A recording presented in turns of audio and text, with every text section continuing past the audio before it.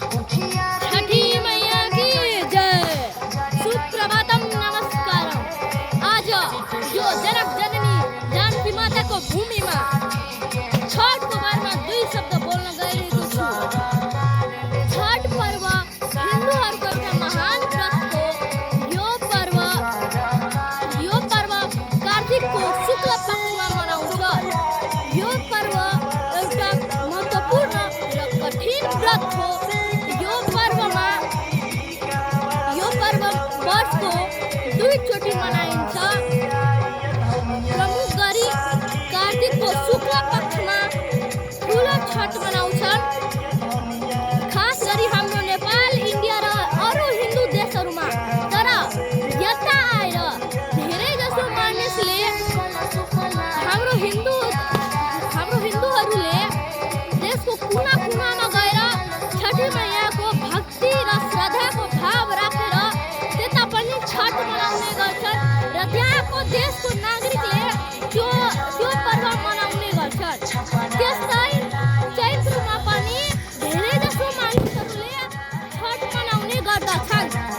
त्यस्तै छठ पर्वको धेरै नाम छन्, जस्तै डाला छठ, डाला पर्व, छठी पर्व, सूर्य षष्ठी आदि हुन्। छठ पर्वमा छठी मैया र सूर्य देवको पूजा हुन्छ।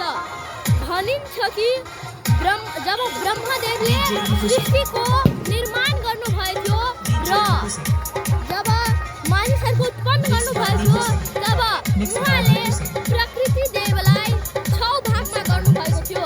त्यसमध्ये मन भाग, जुन मन स्वरूपी भाग थियो, त्यसबाट छठी मैया उत्पन्न हुनुभयो। छठी मैया मनको भागले उत्पन्न हुनुभएकाले उहाँलाई सृष्टिको आमाको दायित्व, यानि कि सृष्टिको मानवहरूको देखभाल गर्ने दायित्व दिनुभएछ। त्यसैले भनिन्छ छठी मैया ब्रह्मदेवको पुत्री हुन् र छठ पूजामा छठी मैयाको पूजा गरिन्छ। छठ पर्व 4 दिनसम्म मनाइन्छ। छठ पर्वको पहिलो दिनलाई नहाइ खाइ भनिन्छ। यो दिन व्रतालुहरूले नुहाएर शुद्ध भोजन खान्छन् र मनमा यो भाव राख्छन् कि उनीहरू कहिल्यै जताभावी खाँदैनन् र सधैँ भगवानको अधीनमा बस्छन्। त्यस्तै दोस्रो दिनलाई खरना भनिन्छ। यो दिन व्रतालुहरू नुहाएर शुद्ध भएर सक्खरको खीर, लौकीको तरकारी जस्ता शुद्ध खाना खान्छन्। खरनाको दिन मानिसहरू एकैपटक खाना खान्छन् किनभने यसपछि छठको मुख्य व्रतको सुरुवात हुन्छ, जुन भोलिपल्टसम्म हुन्छ। खरनाको दिनदेखि छठ विधिगत रूपमा सुरुवात हुन्छ। तेस्रो दिनलाई सन्ध्या अर्घ भनिन्छ। यो छठको मुख्य दिन हो। यो दिन छठ नदी र पोखरीमा बनाइएको घाटमा गएर त्यता सजावट गरेर सूर्यदेव र छठी मैयाको पूजा गरेर त्यता विभिन्न प्रसाद चढाउँछन् र डुब्की लगाउँछन्। प्रसादमा लड्डु, मिठाईहरू, ठेकुवा, सुवा, फलफुल आदि हुन्छन्। त्यस्तै बालकहरू यो दिन फटक्काहरूले मनोरञ्जन गर्छन्। त्यस्तै चौथो दिनलाई पारण भनिन्छ।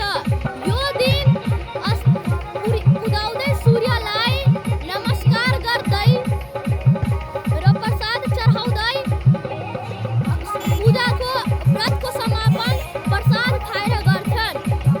यो चारै दिनमा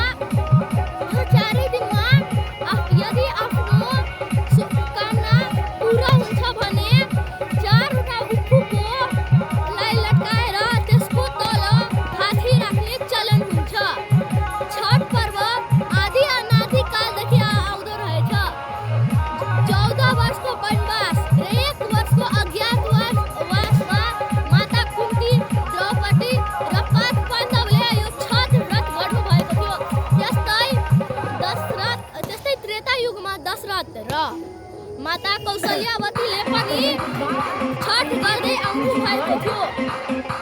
अनि यो पनि मान्यता छ कि जब सृष्टिको उत्पन्न भयो त्यही बेलादेखि सूर्यको उपासना गरिँदै आएको छ। यस्तै छठ पर्व धार्मिक रूपमा मात्र होइन, वैज्ञानिक रूपमा पनि धेरै महत्त्वपूर्ण छ। जस्तै छठ पर्वमा सूर्य देवको पूजा गर्छ, जसलाई वैज्ञानमा पनि मानेको छ कि यो शक्तिको स्रोत हो। त्यस्तै सूर्यले विभिन्न रङ दिन्छन् जुन वैज्ञानिक अनुसार प्रमाणित छ।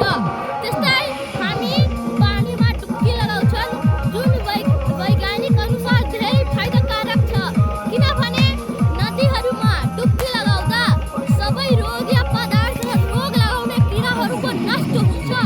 त्यस्तै हामीहरू जुन पूजा गर्ने शक्तिको स्रोतहरू मात्र होइन, खानेकुरामा पनि वैज्ञानिक रूपले फाइदाहरू छन्। हामी खाने ठेकुवामा मिठा हुन्छ।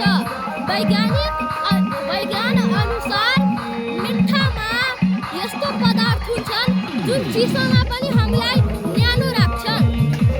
त्यसैको लागि भनिन्छ कि छठ धार्मिक रूपले मात्र होइन, वैज्ञानिक रूपले पनि शुद्ध र प्रमाणित छ। अन्त्यमा भन्न चाहन्छु कि यसमा छठ पर्वमा प्रकृतिको पूजा गरिन्छ। प्रकृतिले हामीलाई सास लिने हावा दिन्छ, जिउनको लागि पानी दिन्छ, खाने कुरा दिन्छ, बस्ने ठाउँ दिन्छ, पृथ्वी दिन्छ अनि आदि दिन्छ। त्यसैको लागि हामीलाई उहाँको पूजा गर्नुपर्छ।